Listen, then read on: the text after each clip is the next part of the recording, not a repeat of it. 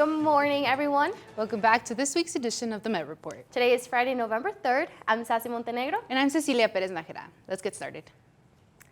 This coming Tuesday, November 7th, the Fall Job and Internship Fair will be taking place in the Jordan Student Success Building from 2:30 to 4:30 p.m. The fair offers an opportunity for students in any major to find internships, network, and explore job opportunities. The fair is put together by the C2 Hub. Many resources will be available for students at the event, such as help with cover letters, resume building, and searching for internships. Various employers will be present, so if you are looking for a full-time job after graduation, this is the place to go. Whether you need help with the paperwork or hiring process, this is a good opportunity for students to explore. If you are not able to attend this career fair, there are many similar events throughout the month, such as Career Labs on November 9th and the 14th from 2:30 to 4:30 in the Jordan Student Success Building in room 324. November is Native Indigenous Heritage Month, and organizations on campus kicked it off yesterday at St. Cajetan's Church. The event, hosted by the Center for Multicultural Engagement and Inclusion, along with others, gave students and participants the chance to engage in a panel discussion featuring 4 renowned guest speakers, while also enjoying a delicious buffet of food and drink. Speakers on the panel started off the discussion by informing the audience of the Indian Child Welfare Act and the Supreme Court decision regarding it. They were then asked follow-up questions and provided gripping feedback, including their thoughts on how more people can help raise awareness for Native Indigenous communities. Many more events are planned for Native Indigenous Heritage Month, including a lunch and learn on Monday, November 3rd, as well as drag bingo in the Tivoli Garage Lounge on Wednesday, November 15th. Students are urged to participate in all of the fun and learn a bit more about how to help in this fight for justice and equity. 'Tis the season of registration. That is right. It is currently open for select students, but will be open to everyone by the end of next week. Now it's the perfect time to meet with your advisors and plan your next semester, as classes are filling up quickly. So make sure to check your emails and your degree progress report on the Student Hub to plan for the upcoming spring semester. Metro's Department of Music has been hosting the Jazz and American Improvised Music Concert Series, and on Wednesday night, they held their 5th event of the semester. Wednesday's event was a jam session held at the university's music building at 800 Calumet Street. Students in the music program traded off on instruments, electing to perform each song without prior rehearsal. The 2-hour set was composed largely of jazz classics such as Blue Monk by Thelonious Monk and Blue Bossa by Kenney. The department hosts these live shows on the 1st and 3rd Wednesdays of every month. Their next concert will be November 15th, featuring combos and a big band performance. These events are free for MSU Denver students, faculty, and staff, with a $12 tickets for everybody else. After the event, our reporter Alex Petrich caught up with Dawn Clement, a professor at MSU and acclaimed jazz musician, to ask her about the significance of hosting these performances.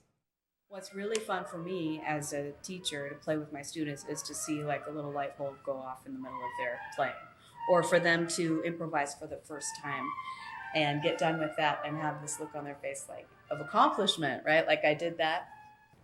Coming up next, a new exhibit at the Denver Museum of Nature and Science. A look into El Día de los Muertos celebrations on campus. Coverage on all things MSU Denver soccer.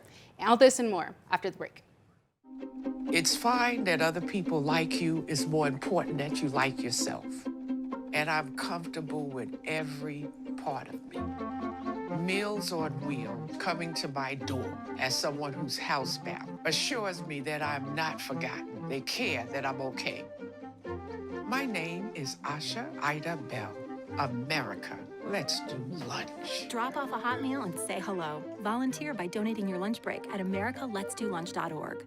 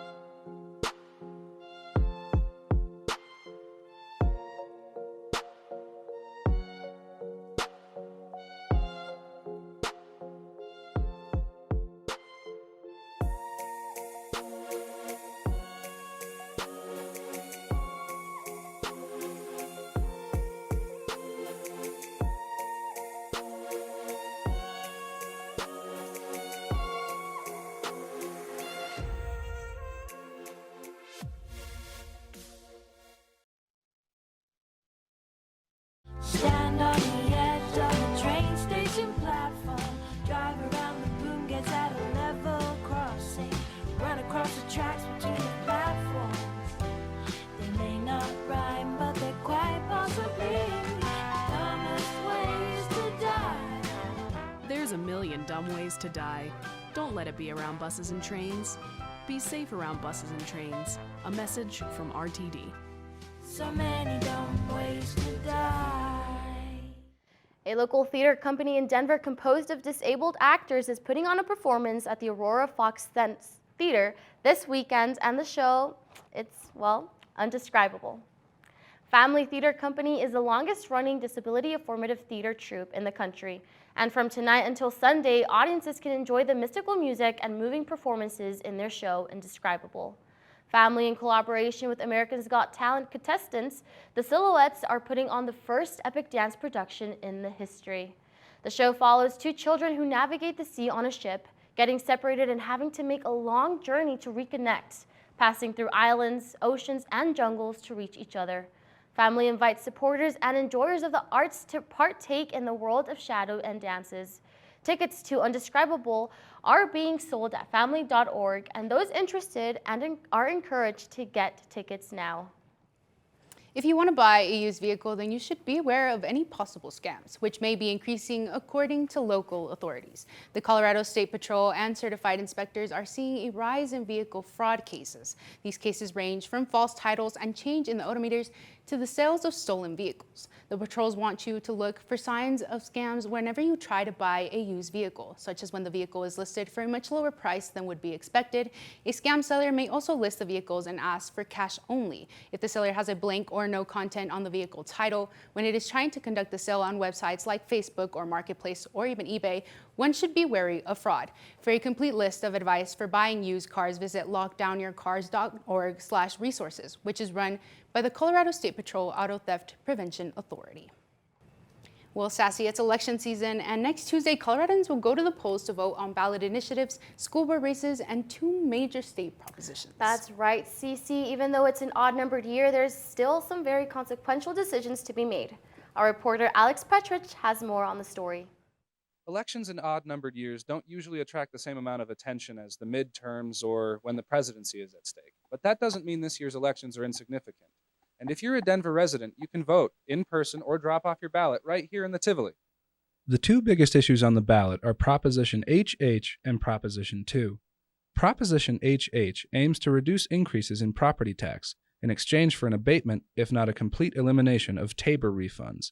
TABOR stands for Taxpayer Bill of Rights, which limits the amount of revenue that state governments can retain and spend. Detractors from HH claim it is essentially a blank check for politicians that will take money out of the pockets of taxpayers. Supporters of HH cite that the proposition will allow for more money to be invested into education with the decrease in TABOR refunds. But everyone's financial situation is different, and voters are encouraged to study their ballots and do more research about how this proposition will affect them. Proposition 2 concerns the excess tax revenue collected from tobacco and nicotine products by the state. Back in 2020, Colorado voters overwhelmingly supported Proposition EE, which increased taxes on nicotine and tobacco. Since its implementation, more than $23 million have been collected. Prop 2 would allow the state government to keep the $23 million in taxes to put towards 15 hours of tuition-free preschool for 4-year-olds. The current Colorado tax code states that any excess tax revenue is required to be reimbursed to taxpayers unless voters allow the government to keep it. This is what Prop 2 aims to achieve. There are a plethora of other issues on the ballot throughout the state, and on behalf of the MetReport, we encourage you to vote your conscience and to stay informed. Happy voting, everyone. Denver's Park and Recreation Department opted to shut down pickleball court in Eisenhower Park last week, the latest in a series of closures for the increasingly popular game. Pickleball is a game involving a paddle and a hollow plastic ball similar to tennis, which typically played on an outdoor court, and the sport has been an explosion of players in the last few years, with USA Pickleball reporting a 30% increase in memberships since last year. Eisenhower Park courts have been the subject of noise complaints from local residents as of late, prompting the city to close it in an attempt to divert players towards new facilities, either indoors or in larger parks far away from homes, such as MLK Park, which plans to have 10 permanent courts by the end of next summer. And now for a museum exhibit that offers an exploration of Earth's icy history. Cecilia, You went there. How was it? Yes, I did. This new exhibit was an exploration of the Ice Age with fossils and artifacts, unveiling the truly magnificent story etched into the ice, literally. That sounds amazing. Well, let's check it out. Today, we're at the Denver Museum of Nature and Science, where their new Mystery of the Ice Ages exhibit is on full display. Let's go check it out. From authentic tools wielded by Neanderthals and early humans to the secrets of Arctic peoples, the exhibit ventures into the frozen realms of the past with hundreds of artifacts, fossils, and interactive experiences that tell the tales of adaptation. Today, we talked to Tyler Leeson, an expert on the Mystery of the Ice Ages exhibit. This is a wonderful exhibit that was brought to us by the Canadian Museum of Nature in Ottawa, in Canada. And this exhibit is just jam-packed full of artifacts and fossils, as well as living specimens. And it really tells the story and the history of ice, starting from about 700 million years ago, all the way up to Earth's most recent ice age. And that is the ice age that we currently live in. I think visitors to this exhibit are going to be really impressed just by the sheer volume of artifacts that are part of this exhibit. I mean, it has something for everybody, not only the artifacts, but also just the experiences and the interactives. There's something for all ages with this particular exhibit. Beyond the frozen menagerie, the exhibit delves deep into the importance of ice in Earth's history. Learn about the crucial role it played, shaping landscapes and influencing the course of our planet. And I think they're going to learn a lot about ice. They're going to learn about how animals have adapted to living in cold environments. They're going to learn about Earth's 6 ice ages that have occurred in Earth's history. They're going to learn that we're currently living in an ice age. And then I think they're going to be left with you're talking about sort of the current crisis that we have today with the melting ice caps. But this is an exhibit that really talks about several of the solutions to that particular crisis. I would just say, you know, it's getting cold outside right now. You should definitely come to the Denver Museum of Nature and Science and check out this really cool exhibit. You definitely won't be disappointed. It is full of cool artifacts as well as experiences. Wow, Sissy, that looks very interesting. You know what? I think I might have to go check it out. Yes, and you can. The exhibit is running now through January 21st, so whether you're a history buff or an animal enthusiast or just curious about the frozen wonders of the world, you might want to check it out. A recent report from real estate firm CBRE found that nearly 1/3 of all office space in downtown Denver is vacant, continuing a startling trend in the post-pandemic era. The firm Caldwell banker Richard Ellis said that this level of vacancy has not been seen in Denver post-2000s. Even during the Great Recession, empty office space only topped out at 17%. The uptick in vacancy has been attributed to a shift in how people have returned to work after COVID, as well as some buildings being in foreclosure, therefore unable to transact with companies looking to rent. Beyond this, homelessness and crime have contributed to the downtown exodus, with developments in Cherry Creek drawing companies south of the city. While real estate brokers do have hope for the future, the immediate forecast will likely see vacancy percentage remain in the low 30s. Halloween has come and gone, which means it's officially holiday season. Unfortunately for us, that also means winter isn't too far off. Oh, I definitely feel it. We're all starting to bundle up here. It looks like the cold weather is officially here to stay, Sassy. I know. Well, I'll keep watching because after the commercials, we have Liz with entertainment.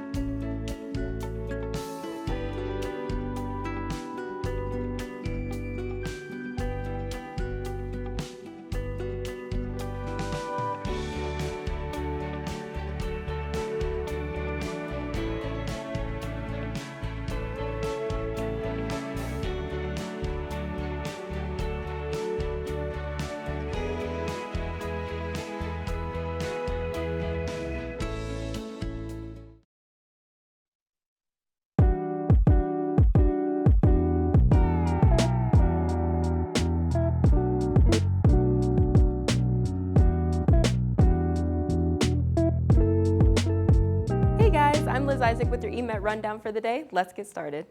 First things first, the Denver Film Festival starts tonight and tickets are already selling quick. Noah Block has more on the story. I'm here at the historical Ellie Calkins Opera House where the event will kick off tonight at 6. The Denver Film Festival, or DFF, has been staged every year for nearly 50 years.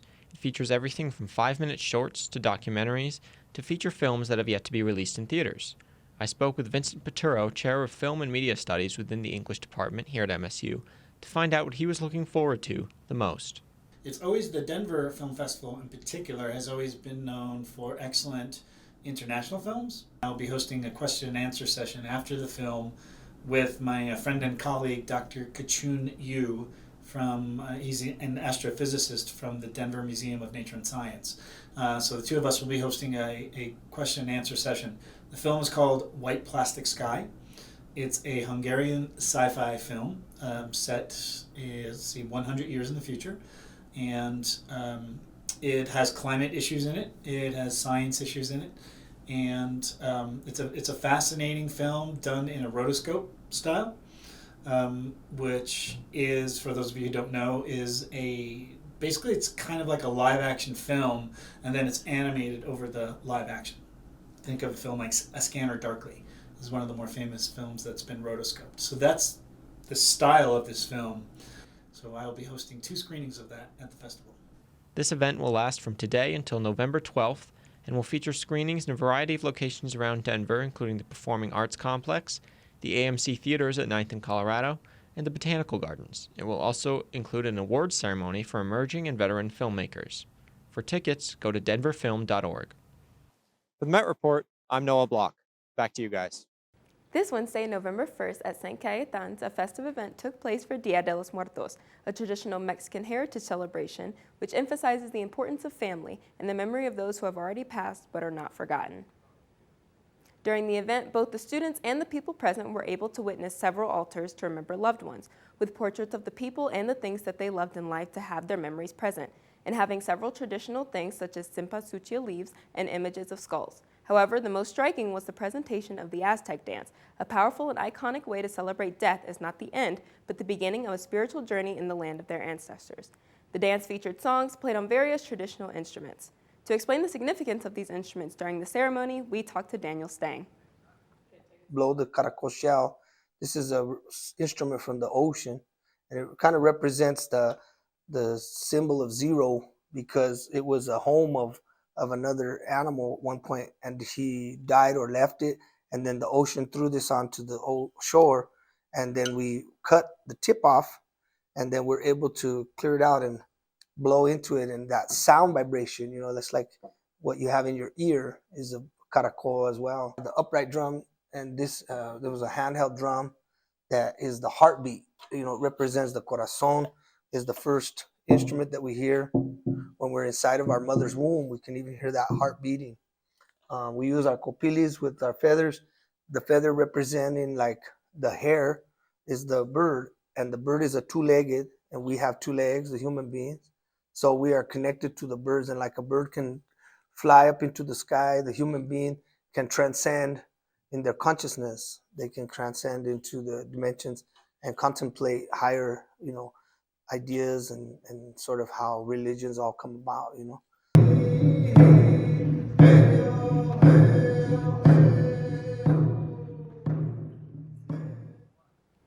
The Brindo Tour Fest is coming to Denver, another big Hispanic dance event that focuses on the typical banda music genre. The main act is Marca MP. Brindo Fest will take place today in the National Western Complex. Doors will open at 7 o'clock p.m. with famous artists such as Marca MP, Los Farmes, Los Caimanes de Sinaloa, and many more. The concert will be open to all ages and full of music and food. Fans are mourning the loss of Matthew Perry, the actor who played Chandler Bing in the hit 90s TV series Friends. It was announced on October 28th that Perry passed away in his Los Angeles home, where he apparently drowned in his standalone jacuzzi. Perry had a past with drugs and alcohol, which came out publicly not long ago, and he even wrote a book on his addiction and how he overcame it. Most of Perry's fans come from Friends, where he played the sarcastic Chandler. An autopsy has been conducted, but as of right now, examiners are awaiting the results of the cause of death, which can take weeks to complete. Fans have gathered outside of the famous apartment building where the show was shot, located in New York City, by leaving thoughtful notes and candles. Voting season is right around the corner, and what better way to get into it than by having an unofficial U.S. trivia contest here on campus. What's up, guys? It's your girl Sassy here in campus, where we will be diving into a history class with some U.S. trivia. Let's go. How many stripes are on the American flag? 13. How many stripes? 13. 30. Which state is the smallest state? Rhode Island? Rhode Island. Correct. Like Rhode Island? Correct. Tennessee. Rhode Island. Which state is the largest state? Alaska. I would say Texas. Alaska. I have no idea. Okay, who's on the $20 bill? Andrew Jackson. Oh my God, I don't know. You can just...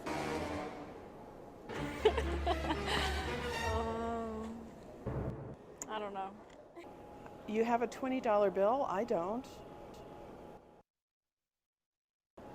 Benjamin Franklin.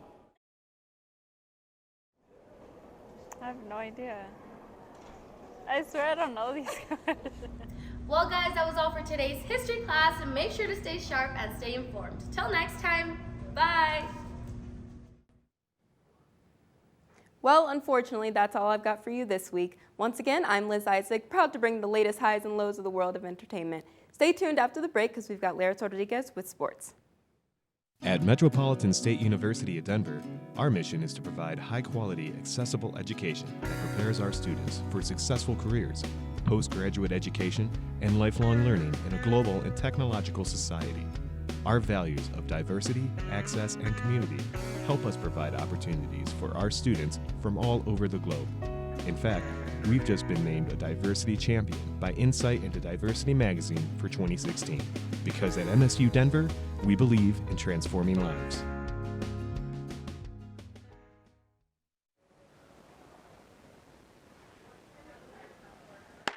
Why are you reading that trash? Read the Metrosphere. Metrosphere is a magazine that highlights art, literature, and culture on the Rayer campus and the surrounding Denver area, created by journalism students while featuring work from English, art, journalism, and design students. Who are you talking to?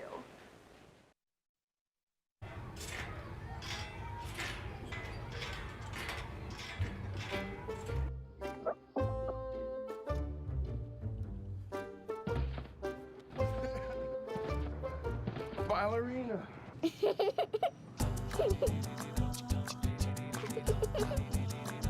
Sometimes all it takes to be a dad is remembering how to be a kid again. Take time to be a dad today.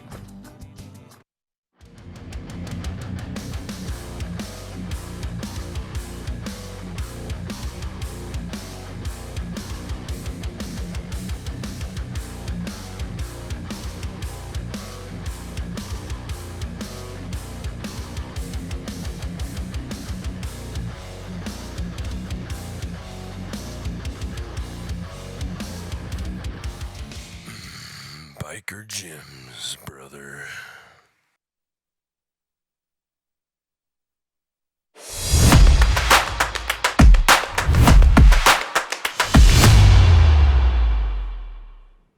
What's up, guys? Welcome back to the MetReport Sports. I'm Laryss Rodriguez, here to give you this week's rundown of sports here and around the world. You guys smell that?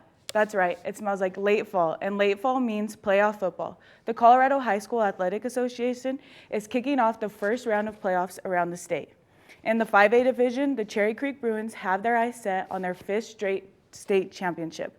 The Bruins finished off their perfect 10-0 season with a dominant win over rival Grandview, 42-24, that secured their spot as the number 1 seed. Going into the 4A division, we see some very familiar faces in the top 4 seeds, with defending champions Broomfield at 4th, Montrose at 3rd, Erie at 2nd, and the top of the pack in 4A goes to Palmer Ridge. Playoffs will also begin in the 2A, 1A, 8-man, and 6-man divisions this week, leaving out 3A, who will begin next week. In display of skill and determination, the MSU women's soccer team took home another dub, this time over Colorado Christian University. The Roadrunners showed they meant business early on with a goal from Kaylee Manis in the first half of the match. MSU displayed their intention to control the game throughout the match, though the Cougars' offense fought till the end. They struggled to pass through the Roadrunners' defense, from precise passes to hard-hitting shots. The Roadrunners gave it their all against the Cougars, showing what they are capable of. As the final countdown began, both teams showed spectators quite a show. The Roadrunners' offense put pressure against the Cougars' defense throughout the rest of the game, despite the battle to score on both sides. The game ended with a 1-0 score, leaving MSU victorious. Our reporter Tyson Sintas talked with Coach Kat Mertz about the win. You know, Kaylee, Danny, and Luna have been such an integral part to our success and just really laying the foundation for the future of what we want Roadrunner soccer to be about.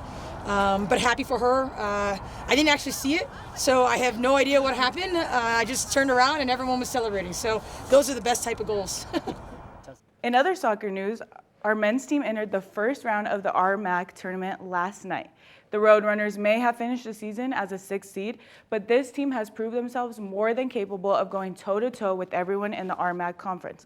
Led by first team Adam Perez, second teamers Ross Miller and Jackson Vanderven, and of course honorable mention forward Aaron Biggerstaff. The team is more than excited about their chance to play in this year's tournament. Last night they took on number 3 ranked CSU Pueblo, where they fell 1-0 after a late goal from forward Reggie Nicholas, putting an end to their postseason run. This past Sunday, the Broncos took home their second consecutive win at home against the Chiefs. I went out on the streets to ask fans their thoughts. For the first time in 8 years, the Denver Broncos have beat the Kansas City Chiefs. Let's hear what students have to say about last Sunday's game. Harrison, what is your thoughts on the Broncos beating the Chiefs? I'm super surprised. Russell Wilson is kind of iffy this year, but and any team that beats the Chiefs, I'm cool with it. So. I was super shocked because Russell Wilson has been not good. The Broncos in general have been not good, especially the defense. But yeah, I mean, they got it done. So that was super, super important to the fan base just because to keep them engaged for the rest of the season. It's still relatively early, but yeah, good on them. They haven't looked great, and I know that they entered the season with a lot of expectations. So, yeah. I love to see Denver taking dubs in every sports aspect that we can. Patrick Mahomes is an L. Taylor Swift might be taking dubs, but the Chiefs certainly are not. Pretty good win. I wish we could have done it sooner, though, instead of like 8 years. That kind of sucked. Patrick Mahomes is a nerd. I was quite proud of my team. We finally beat our 15 loss streak against the Chiefs. So, it was about time. I feel like what's her face, Taylor Swift and her boyfriend were getting way too much publicity, and I'm glad that they got dookied on. It's bad blood, Unexpected. I think Jerry Judy's still, tier 3 wide receiver. But And how are you feeling about the whole season overall? The whole season, I don't watch football. I just know we beat the Chiefs after like 15 losses. Oh, highly disappointing. I definitely lost money on them, betting on them a couple of games. So I have not been betting on the Broncos. Definitely have not been doing that. But yeah, I mean, it's super disappointing. But I think for the most part, I think, at least for the fans, they realize that a lot of work needs to be done behind the scenes. Yeah. The roster is not necessarily up to par, especially with the rest of the AFC and how competitive it is. Right. And with Russell Wilson not necessarily being the quarterback that he was in Seattle, I think Broncos fans are, realizing that maybe the draft compensation that they did send to Seattle was probably not worth it. But again, it's still a year and a half into this situation with Russ. Yeah. I think there's plenty of talent around him offensively.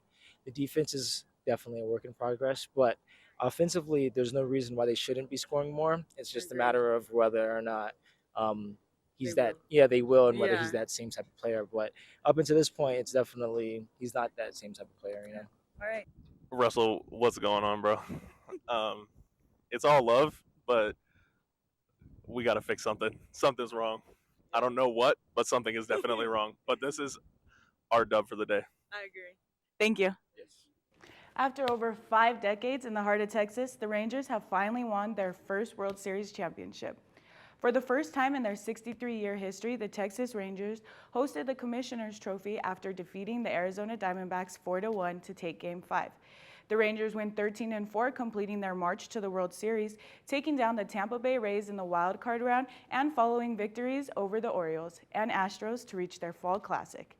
After taking Game 1 thanks to a walk-off home run in the 11th by Adolis Garcia, the Rangers went on to lose Game 2 but bounced back to take Games 3, 4, and 5.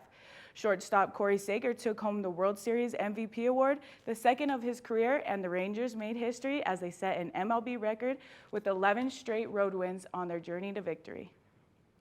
MSU men's basketball wrapped up their challenging weekend of exhibition games against two talented Division I teams in Wyoming and Boulder. The Roadrunners fought till the end against Wyoming before ultimately falling 79-67, though RMAC co-freshman of the year, Braden Maldonado, had an impressive performance, dropping 24 points and shooting 5 for 11 from the three. Newcomer forward Mario Lacey Jr. dropped a double with 12 points and 11 rebounds. Junior guard KJ Garrett added 7 points and 7 assists. The Roadrunners kept it close until the Cowboys took a double-digit lead in the last 5 minutes of the game. MSU fell to the Buffaloes 69-45, leading the charge. Maldonado dropped 10 points, and fellow sophomore Quebe Prosper Allison added another 8, while forwards Caleb McGill and Mario Lacey Jr. each had 6. The Roadrunners tip off their season Friday, November 10th against Arkansas Fort Smith in South Dakota and look to get back in the win column. Thank you for joining me on this week's MetReport Sports, where we keep you updated on all the latest news in the sports world. Now it's time to take it back to the desk to Sassy and Cecilia. Thank you, Laryss. Well, Sassy, are you excited to get an extra hour of sleep this Sunday? Cece, I'm so excited. You know, midterms are coming. My body needs the rest, so I'm stoked about it. What about you? Well, I'm excited for the extra hour of sleep, but I don't want to lose sunlight. I know, that sucks, huh? Sunset at 4 p.m.